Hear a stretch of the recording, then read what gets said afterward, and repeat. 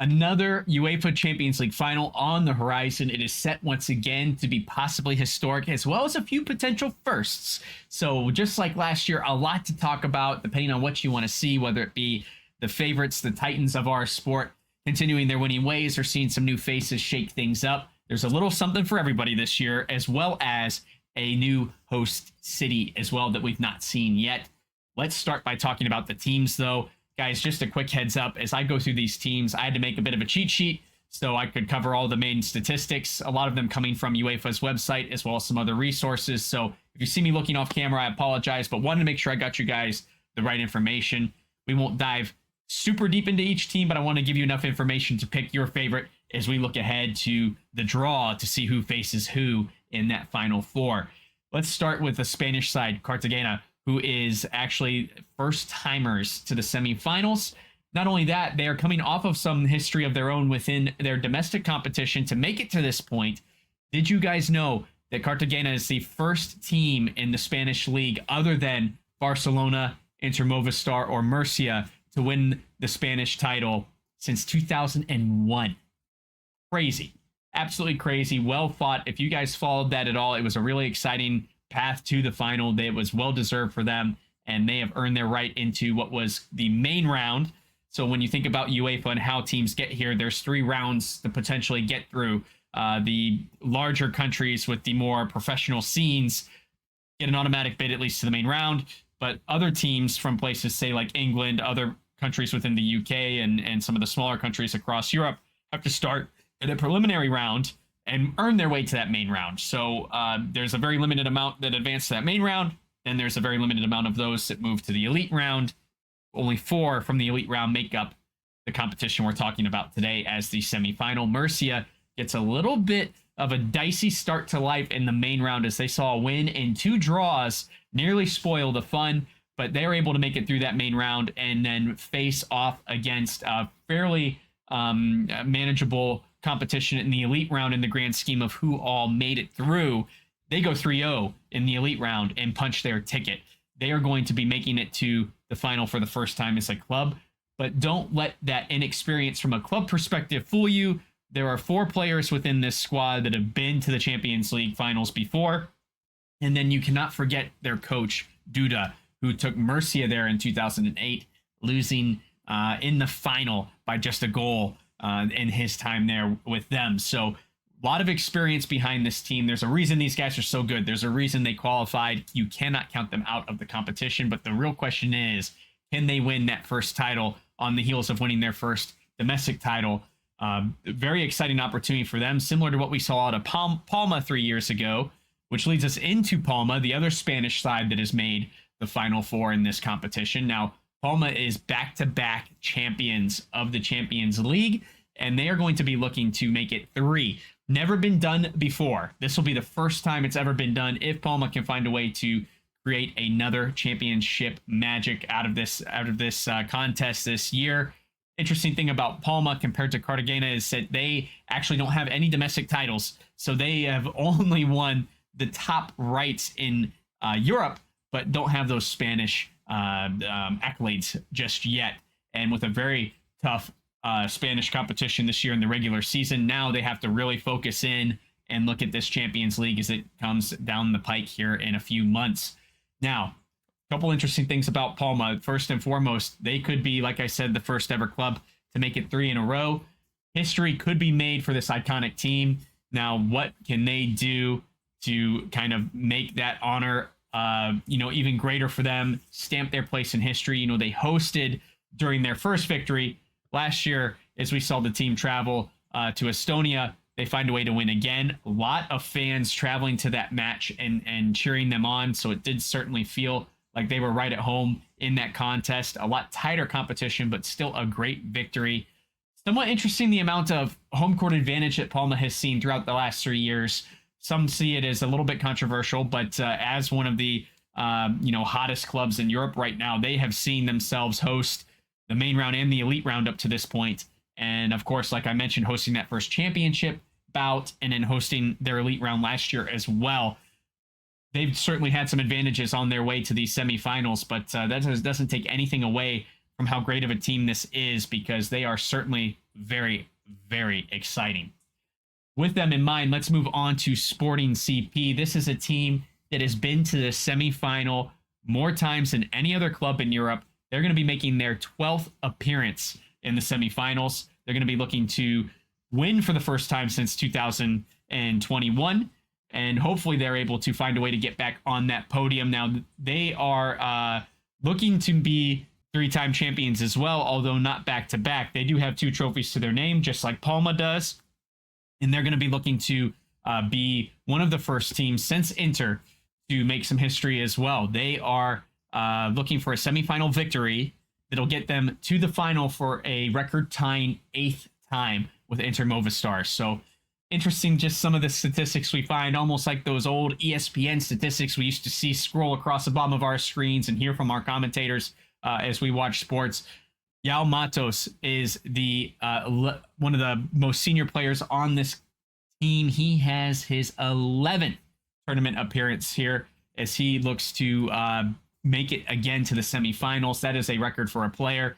And then, of course, their coach, manager Nuno Diaz, is also making a record 10th appearance as a manager, and that is looking for his record-tying 3rd championship. So if he is able to win this, he'll actually tie the coach's record for number of championships as well. So a lot of little individual opportunities for records within Sporting in their quest to get back to the championship, as they've done a few years ago. But what is most important in futsal is the team. And what's interesting about this too is they've already made history in this Champions League campaign by being tied for first with 100 matches during the main round. They are only the second club in UEFA history to hit the 100 mark, and they also are first in wins of any club in history, with 75 total wins across those 100 matches in the history of this contest. And they have 464 goals across all of those contests as well. And guess what? Again, another first place statistic for Sporting. Can history be made for this iconic team? Time will tell. Hopefully, again, like I said, they're able to find their way back to that podium since 2021.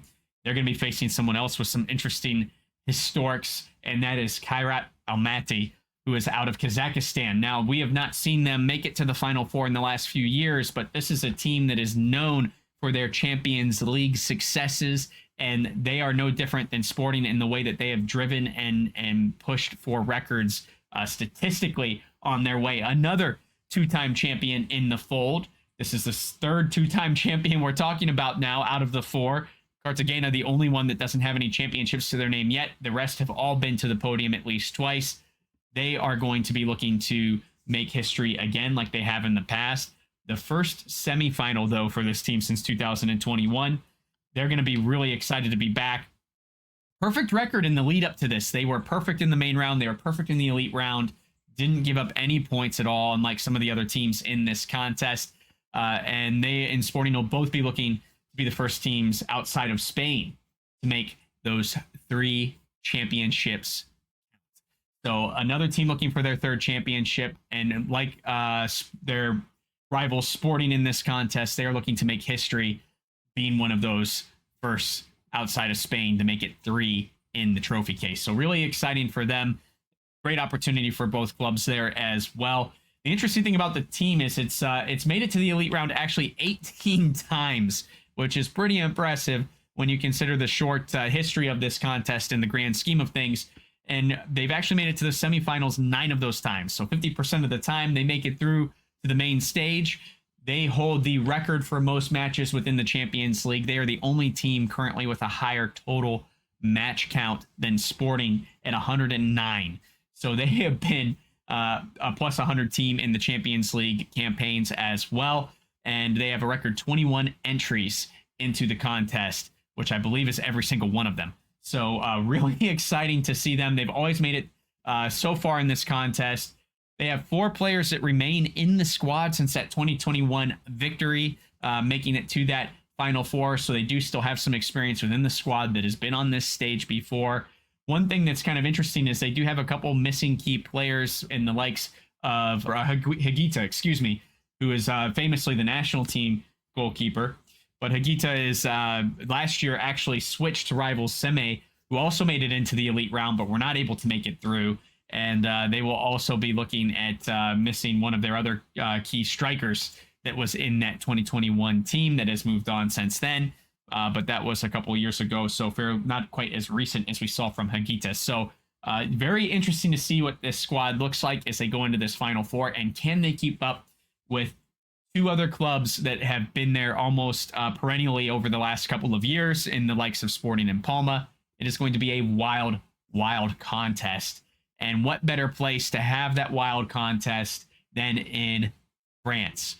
Finally, France has a hosting bid succeed on their way to investing in futsal within the country. It comes at a very interesting time that they win this bid, because their elections are nearly up for the president of the federation.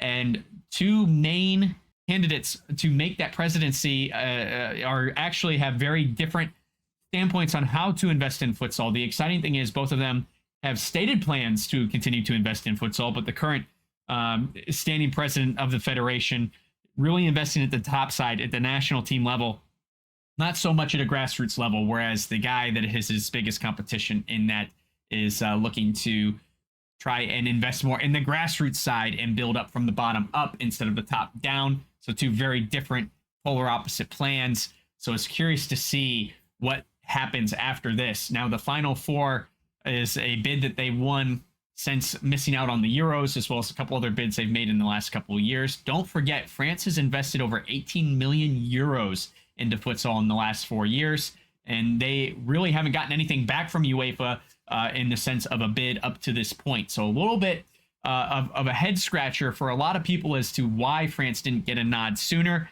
And then some even saying, hey, this kind of feels like a consolation prize at this point, considering everything else they've bid on. Okay, fine, we'll throw you this contest.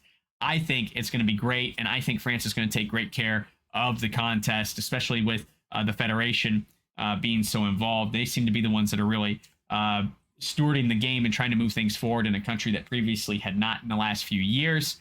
And what better place within France to host it than at Le Mans, a place famous for its race cars in the 24-hour race. Now we will see these four teams race towards history as they are in a 5,900-seat arena looking to make the most of this contest and make history within France. So not only is France hosting for the first time, they are also be the host of a historic match as well.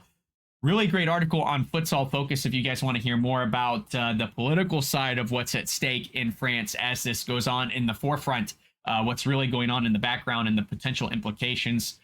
Friend of the channel, Steve Maggette, again, put a great article together on what's going on in France and what may come of this from the political side of the game and how it's invested in the future in France. So if you guys want more information there, I will try to remember to put a link in the description if you guys want to read a little deeper in.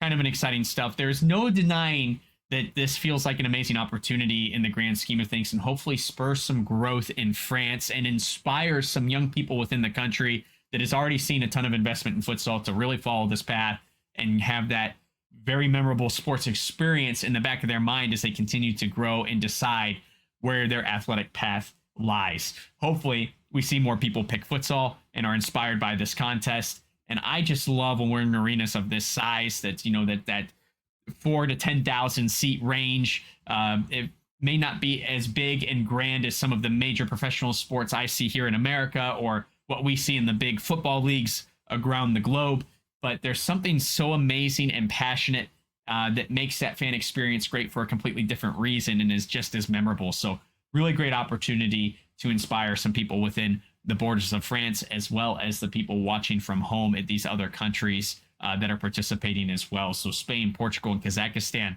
all turn eyes to France for May. I'm curious what you guys think about the teams that have made it to the Final Four this year. Are you excited about the big titans that are involved? Are you more excited to see an underdog come into the fight that doesn't have any history behind them yet, and what they could potentially do as they write their own history book? Sound off in the comments below and let us know. Don't forget to join our Discord channel as well and keep the conversation going there, live and in action with other people in our futsal community. And until I talk to you guys then, don't forget to play with your soul.